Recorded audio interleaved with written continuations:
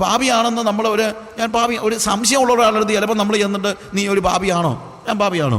ആന്നടാ നീ പാപിയാ. എന്തുകൊണ്ട്? നീ കർമ്മണാ പാപിയാണ്, നീ ജനനത്തിൽ ജനിച്ചത് പാപിയായിട്ടാണ്, നീ ജീവിച്ചത് പാപിയായിട്ടാണ്, നിന്റെ പ്രവൃത്തി കൊണ്ട് നീ പാപിയാണ്, അതുകൊണ്ട് നിന്റെ വേദത്തിൽ തന്നെ പറയുന്നു നീ പാപിയാണെന്ന്. ആണോ?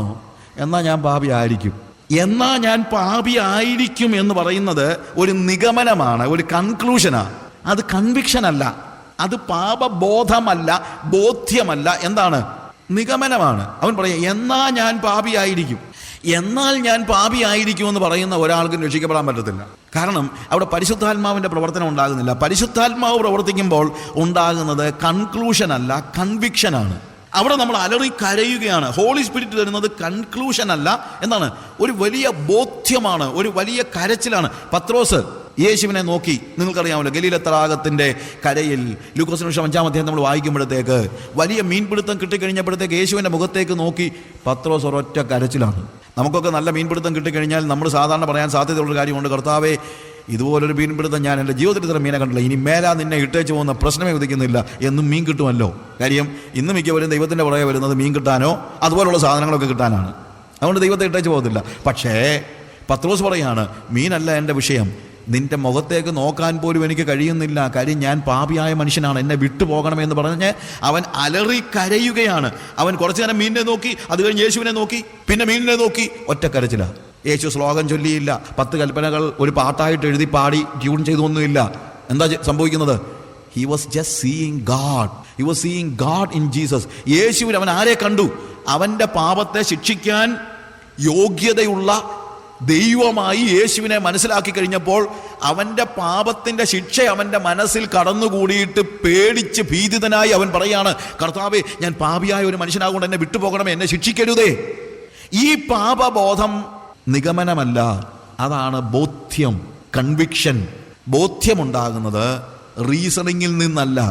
യേശുവിനോട് പറഞ്ഞില്ല, പത്രോസേ നീ നിന്റെ കഴിഞ്ഞ കാലത്തേക്ക് ഒന്ന് നോക്കിയാൽ നീ എന്തൊക്കെ പാപം ചെയ്തോന്ന് ലിസ്റ്റ് ഒന്ന് എഴുതിക്കുക എന്നൊന്നും പറയുന്നൊന്നുമില്ല. ബിക്കോസ് ആ ഒരു സാന്നിധ്യം മതി. അവൻ്റെ യുക്തി അവിടെ പ്രവർത്തിക്കുന്ന പ്രശ്നമേ ഉദിക്കുന്നില്ല. When he is seeing the presence of God, ദൈവ സാന്നിധ്യം അനുഭവിക്കുമ്പോൾ അവൻ അലറി കരയുകയാണ്. ഐ സ്റ്റിൽ റിമെമ്പർ, ഞാൻ ആദ്യമായിട്ട് ഒരു വിശ്വാസികളുടെ യോഗത്തിന് പോകുന്നത്. ഞങ്ങളുടെ നാട്ടിൽ ഈ പെന്തിക്കോസുകാരൊന്നും ഇല്ലായിരുന്നു, ഒരു മനുഷ്യൻ പോലും ഇല്ല. 38 ഇയേഴ്സ് മുമ്പ്, 37 ഇയേഴ്സിന് മുമ്പിലത്തെ കാര്യം ഞാൻ പറയുന്നത്, 38 ഇയേഴ്സ് മുമ്പ്. അന്ന് ഞാനൊരു യോഗത്തിന് പോയിരുന്നു. ആദ്യം അവരെല്ലാം കൂടെ വീട്ടിൽ വന്ന് എന്നെ വിളിച്ചു, ഒരു മീറ്റിംഗ് ഉണ്ട് മോനെ വരണമെന്നൊക്കെ പറഞ്ഞുകൊണ്ട്. I was A small boy, ഒരു ഹൈസ്കൂൾ ബോയാണ്. അപ്പം ഞാൻ ഈ മീറ്റിങ്ങിന് പോയി. ഒരു വരാന്ത നിങ്ങൾക്ക് അറിയാമല്ലോ, ഇറ്റ്സ് എ സ്മോൾ ഹൗസ്.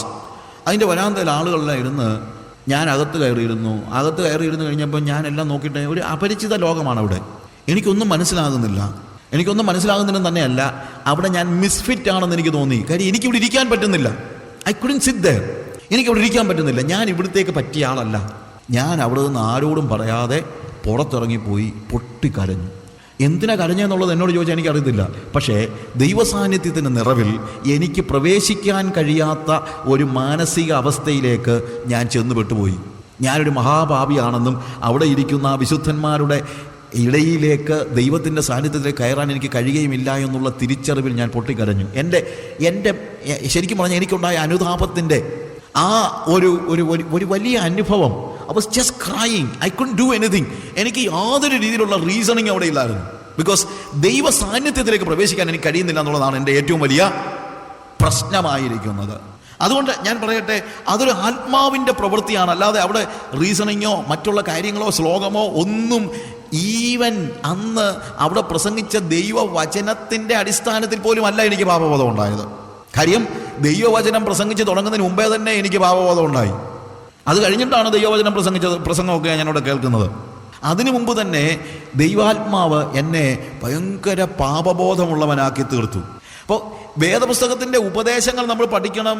എന്നാൽ ഉപദേശത്തിൻ്റെ പഠനം കൊണ്ട് മാത്രം ഒന്നും പാപബോധം ഉണ്ടാകത്തില്ല. അതുകൊണ്ട് മാത്രം പാപബോധം ഉണ്ടാകണമെന്ന് നിർബന്ധമില്ല. ചിലപ്പോൾ നമ്മളൊരു പാപം ചെയ്യുമ്പോഴത്തേക്ക് നമുക്കൊരു ചെറിയ കുറ്റബോധം ഉണ്ടാകുമായിരിക്കും. കുറ്റബോധമല്ല ശരിക്കും പറഞ്ഞു കഴിഞ്ഞാൽ പാപബോധം എന്ന് പറയുന്നത്. കുറ്റബോധം എന്ന് പറയുന്നത് അനുതാപത്തിലേക്ക് നയിക്കണമെന്ന് നിർബന്ധമില്ല. കുറ്റബോധം ഉണ്ടാകുമ്പോൾ വേണ്ടായിരുന്നു, ആ വാക്ക് പറയണ്ടായിരുന്നു, വെറുതെ പോട്ടെ. ഇതാണ് നമുക്കുണ്ടാകുന്ന എന്ത്? ഏത് പാപം ചെയ്യുമ്പോഴും ആർക്കും എന്തുണ്ടാകുന്നുണ്ട്? ഒരു ചെറിയ കുറ്റബോധം ഉണ്ടാകുന്നുണ്ട്. ആർക്കാണ് ഉണ്ടാകാത്ത?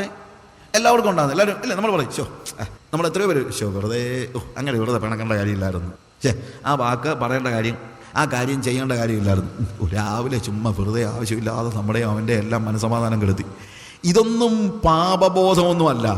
ഇത് ഏത് മനുഷ്യൻ്റെയും മനസ്സിലുണ്ടാകാൻ സാധ്യതയുള്ള ഒരു ചെറിയ എന്താണ് കുറ്റബോധം എന്നുള്ള വാക്ക് ഗിൽറ്റ് എന്ന് പറയുന്ന ഇംഗ്ലീഷ് വാക്കിൻ്റെ അർത്ഥത്തിലല്ല ഞാൻ ഉദ്ദേശിക്കുന്നത്. Guilt is something different. ഒരു കുറ്റബോധം, ആ കുറ്റബോധമല്ല, ഇതിനെക്കുറിച്ച് വേണമെങ്കിൽ പിന്നീട് നമുക്ക് സമയമുണ്ടെങ്കിൽ പഠിക്കാം. ആ കുറ്റബോധമല്ല ഇവിടെ പറയുന്നതായ പരിശുദ്ധാത്മാവ് നൽകുന്ന പാപബോധം എന്ന് പറയുന്നത്. ഉപദേശത്തിൻ്റെ ഒരു വലിയ പ്രശ്നം, ഇപ്പോൾ വേദപുസ്തകം പഠിപ്പിക്കുമ്പോൾ ഉണ്ടാകുന്ന ഒരു പ്രോബ്ലം എന്ന് ചോദിച്ചു കഴിഞ്ഞാൽ, ഉപദേശത്തിന് ഒരു ജനറൽ പല കാര്യങ്ങൾ പറയുന്നത് ജനറലാണ്. ജനറൽ എന്ന് പറഞ്ഞു കഴിഞ്ഞാൽ എല്ലാവർക്കും ബാധകമായ ഒരു കാര്യമാണ് പറയുന്നത്. ഇവിടെയും നമ്മൾ വേദപുസ്തകത്തിൽ നിന്നൊരു വാക്യം ഉപയോഗിച്ചാലും ഇതേ കാര്യം ഉപയോഗിക്കുമ്പോൾ നാം എന്താണ്, എല്ലാവരും പാപം ചെയ്ത് ദൈവദേശത്ത് നഷ്ടപ്പെടുത്തി, അപ്പോൾ എല്ലാവരും പാപികളാണ്, അതുകൊണ്ട് ഞാനും പാപിയാണ്. എല്ലാവരും പാപിയാണ്, ഞാനും പാപിയാണെന്നുള്ളത് ഒരു യാഥാർത്ഥ്യമാണ്. കാര്യം ജനറലായിട്ടുള്ള ഒരു ഫാക്റ്റ്, ഒരു വസ്തുത എല്ലാവർക്കും ഒരുപോലെ ബാധകമാണ്. ഇപ്പം ആറ്റം വിഘടിപ്പിച്ചാൽ അല്ലെങ്കിൽ ആറ്റം വിഘടിപ്പിച്ചാൽ എനർജി ഉണ്ടാകുമെന്നുള്ളത് ഒരു ജനറൽ ട്രൂത്താണ്. അതൊരു എന്താണ് പൊതുവായ സത്യമാണ്, ഇല്ലേ? ആറ്റം വിഘടിപ്പിച്ചാൽ, ആറ്റത്തെ വിഘടിപ്പിച്ചാൽ എന്തുണ്ടാകും? എനർജി ഉണ്ടാകും. ആ ബോധ്യത്തിൽ അല്ലെങ്കിൽ ആ വസ്തുത അത് ആര് വിഘടിപ്പിച്ചാലും എനർജി ഉണ്ടാകും. അല്ലാതെ ഇത് കണ്ടുപിടിച്ച ശാസ്ത്രജ്ഞൻ തന്നെ വിഘടിപ്പിക്കണം നിർബന്ധമൊന്നുമില്ല. ആറ്റത്തെ വിഘടിപ്പിക്കുന്നത് ആരായാലും ആറ്റത്തെ വിഘടിപ്പിക്കുമ്പോൾ എന്തുണ്ടാകും? എനർജി ഉണ്ടാകും. അതൊരു ജനറൽ ട്രൂത്താണ്. ആ ജനറൽ ട്രൂത്ത് അത് വിശ്വസിച്ചത് കൊണ്ട് മാത്രം എനർജി ഉണ്ടാകത്തില്ല. എനർജി ഉണ്ടാകണമെങ്കിൽ ഓരോ വ്യക്തിയും ഇത് വിഘടിപ്പിച്ചാലേ പറ്റുള്ളൂ. ഇത് വിഘടിപ്പിക്കുമ്പോൾ, ഓരോ പ്രാവശ്യവും വിഘടിപ്പിക്കുമ്പോഴാണ് എന്തുണ്ടാകുന്നത്? എനർജി ഉണ്ടാകുന്നത്. ഇതേപോലെ യേശു മനുഷ്യവർഗത്തിൻ്റെ പാപത്തിന് വേണ്ടി മരിച്ചു എന്നുള്ളത് ഒരു ജനറൽ സ്റ്റേറ്റ്മെൻ്റാണ്. അത് വിശ്വസിച്ചത് കൊണ്ട് എൻ്റെ പാപങ്ങൾ മോചിക്കപ്പെടത്തില്ല. D.L. മോഡിയെ കുറിച്ച് നിങ്ങൾ കേട്ടതാണ്. ഞാൻ D.L. മോഡിയെ കുറിച്ച് ഒരു ബുക്ക് എഴുതിയിട്ടുണ്ട്. D.L. മോഡി ഒരു ചർച്ചിൽ അംഗത്വം കിട്ടാനായിട്ട്, ഒരു പ്രസ്ബിറ്റേറിയൻ ചർച്ചിൽ അംഗത്വം കിട്ടാനായിട്ട് അവർ ഒരു ഇൻ്റർവ്യൂ നടത്തി. ആ ഇൻ്റർവ്യൂ നടത്തി കഴിഞ്ഞപ്പോഴത്തേക്ക് D.L. മോഡി അങ്ങോട്ട് വിശ്വാസത്തിൽ വരുന്നതേ ഉള്ളൂ. ഇതൊന്നും ചോദിക്കാനും പറഞ്ഞാലും ഒന്നും അദ്ദേഹത്തിന് അറിയാൻ വയ്യാത്ത, വേണ്ടത്ര വിദ്യാഭ്യാസം ഇല്ലാതിരുന്നൊരു വ്യക്തിയായിരുന്നു D.L. മോഡി. അപ്പോൾ ചർച്ച് കമ്മിറ്റി എല്ലാം കൂടി D.L. മോഡിയെ ഇരുത്തി. ഒരു വല്ലാത്തൊരു എൻവയൺമെൻ്റ് ആണ്, ഒരു വല്ലാത്തൊരു ആംബിയൻസ് ആണ്. അവിടെ D.L. മോഡിയോട് ചോദിച്ചു, മിസ്റ്റർ മോഡി, യേശു നിനക്ക് വേണ്ടി എന്ത് ചെയ്തു? അപ്പച്ചന്മാരാ ചോദിക്കുന്നു. D.L. മോഡി അങ്ങ് വല്ലാതായിപ്പോയി. യേശു എനിക്ക് വേണ്ടി എന്തോ ചോദിച്ചു കഴിഞ്ഞാൽ, യേശു എല്ലാവർക്കും വേണ്ടി എന്തോ ചെയ്തു, അതൊക്കെ എനിക്കും വേണ്ടിയും ചെയ്തു. യേശു എല്ലാവർക്കും വേണ്ടി എന്താ ചെയ്തത്? യേശു എല്ലാവർക്കും വേണ്ടി മരിച്ചു. യേശു നിനക്ക് വേണ്ടി സ്പെസിഫിക് ആയിട്ട് എന്ത് ചെയ്തു? എല്ലാവർക്കും വേണ്ടി മരിച്ചു, എനിക്ക് വേണ്ടി മരിച്ചു. അദ്ദേഹത്തിന് അന്ന് അംഗത്വം കൊടുത്തില്ല അവർ. കാര്യം എന്നറിയാമോ? അതുപോലെ ആ ഒരു ഞാൻ സ്റ്റോറി പറഞ്ഞത്, എല്ലാവർക്കും വേണ്ടി മരിച്ചു, അതുകൊണ്ട് എനിക്കും വേണ്ടിയും മരിച്ചു. എല്ലാവർക്കും വേണ്ടി യേശു മരിച്ചതുകൊണ്ട് എനിക്ക് വേണ്ടി മരിച്ചെന്ന് പറയുന്നതിനകത്ത് പേഴ്സണലായിട്ടുള്ള ഒരു ടച്ച് ഉണ്ടാകുന്നില്ല. അതുകൊണ്ട് യേശു എനിക്ക് വേണ്ടി മരിച്ചു. ചിലപ്പോൾ നമ്മൾ പറയുമല്ലോ, യേശു എനിക്ക് വേണ്ടി മരിച്ചു. യേശു എനിക്ക് വേണ്ടി മരിച്ചു എന്ന് പറയാനുള്ള കാരണം എന്താ? യേശു എല്ലാവർക്കും വേണ്ടി അല്ലയോ മരിച്ചത്? ആന്നു. പിന്നെന്താ എനിക്ക് വേണ്ടി മരിച്ചു എന്ന് പറയാൻ കാര്യം? അവിടെയാണ് ഫെയ്ത്തിൻ്റെ ഡിഫറൻസ്. ഞാൻ പലപ്പോഴും ആ കാര്യത്തെ വിഭാവന ചെയ്ത് നോക്കിയിട്ടുണ്ട്. ഈ ലോകത്തിൽ ഇന്ന് വരെ ജീവിച്ചിരുന്ന ആളുകളുടെ എല്ലാം കൂടെ അംഗസംഖ്യ നമുക്ക് കണക്കൂട്ടാനേ പറ്റത്തില്ല. ഇപ്പോൾ 600-700 കോടിയുണ്ട്, 7 ബില്യൺ, റൈറ്റ്, 700 കോടിയുണ്ട്. ഇതുവരെ ജീവിച്ചിരുന്ന ആളുകളെല്ലാം കൂടെ ഒരു 43 ബില്യനൂടെ ഉണ്ടായെന്ന് വെക്കുക. അത്രയും, അല്ലെങ്കിൽ 50,000 കോടി ജനങ്ങൾ, 50,000 കോടി ജനങ്ങൾ ഭൂമിയിൽ ഇത്രയും വർഷങ്ങൾക്കിടയ്ക്ക് ജീവിച്ചിട്ടുണ്ടായിരുന്നു എന്ന് നിങ്ങൾക്ക് ചിന്തിക്കുക. അല്ലെങ്കിൽ 1,00,000 കോടി ആളുകൾ ഇത്രയും കാലങ്ങൾക്കിടയ്ക്ക് ഭൂമിയിൽ ജീവിച്ചിരുന്നു. അപ്പോൾ യേശു ഇതുവരെ 1,00,000 കോടി ആളുകൾ ഈ ഭൂമിയുടെ മുഖത്ത് ജീവിച്ചിരുന്നിട്ടുണ്ടെങ്കിൽ യേശു മരിച്ചത് ആർക്ക് വേണ്ടിയാണ്? 1,00,000 കോടി ആളുകൾക്ക് വേണ്ടിയും യേശു മരിച്ചു. എന്തുകൊണ്ട്? കാര്യം ഈ 1,00,000 കോടി ആളുകളും പാപികളാണ്, ശരിയല്ലേ? പക്ഷെ ഞാൻ മറ്റൊരു കാര്യം വിഭാവന ചെയ്യുകയാണ്. ഈ 1,00,000 കോടി ആളുകൾ ഭൂമിയിൽ ജീവിച്ചിരുന്നിട്ട് 99,99,999 പേരും നല്ല മനുഷ്യരാണെന്ന് വെക്കുക. ഈ കാലയളവിൽ മുഴുവനായിട്ട് ജീവിച്ച വ്യക്തികളിൽ ഞാൻ മാത്രമേ പാപിയായിട്ടുണ്ടായിരുന്നുള്ളൂ എങ്കിൽ എന്ത് സംഭവിച്ചേനേയും? എൻ്റെ ചോദ്യം അതാണ്. 1,00,000 കോടി ജനങ്ങളിൽ 99,99,99,999 ആളുകളും നല്ല മനുഷ്യർ, ഒരു പാപവും ചെയ്യാത്തവർ.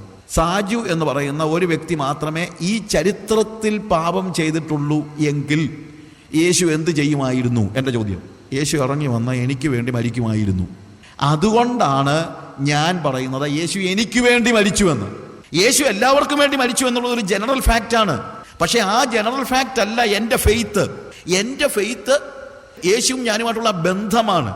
എനിക്കറിയാം ഞാൻ ഒരൊറ്റ വ്യക്തി മാത്രമേ ലോകത്തിൽ പാപിയായിട്ട് ഈ പ്ലാനറ്റ് എർത്തിൻ്റെ മുഖത്ത് ഞാൻ ഒരാൾ മാത്രം ചരിത്രത്തിൽ ഉണ്ടായിട്ടുള്ളായിരുന്നു എങ്കിലും എനിക്ക് വേണ്ടി മരിക്കാൻ യേശു ഇറങ്ങി വരുമായിരുന്നു എന്ന തിരിച്ചറിവാണ് ആ റിലേഷനാണ്. അതാണ് എന്നെ യേശുവിനോട് അടുക്കുവാൻ, അല്ലെങ്കിൽ അതാണ് യേശുവിനെ നായകനാക്കാനായിട്ട് ഞാൻ തീരുമാനമെടുക്കാൻ കാരണം. ആ തിരിച്ചറിവാണ്. പ്രിയമുള്ളവരെ, ഇന്ന് നമ്മൾ ഫെയ്ത്തിനെ കുറിച്ച് പഠിക്കുമ്പോൾ ഓർക്കേണ്ട ഏറ്റവും പ്രധാന കാര്യം, ഒരു ജനറൽ സ്റ്റേറ്റ്മെൻ്റ് എന്ന നിലയിൽ നമ്മൾ ഫെയ്ത്തിനെ കാണാനായിട്ട് പാടില്ല.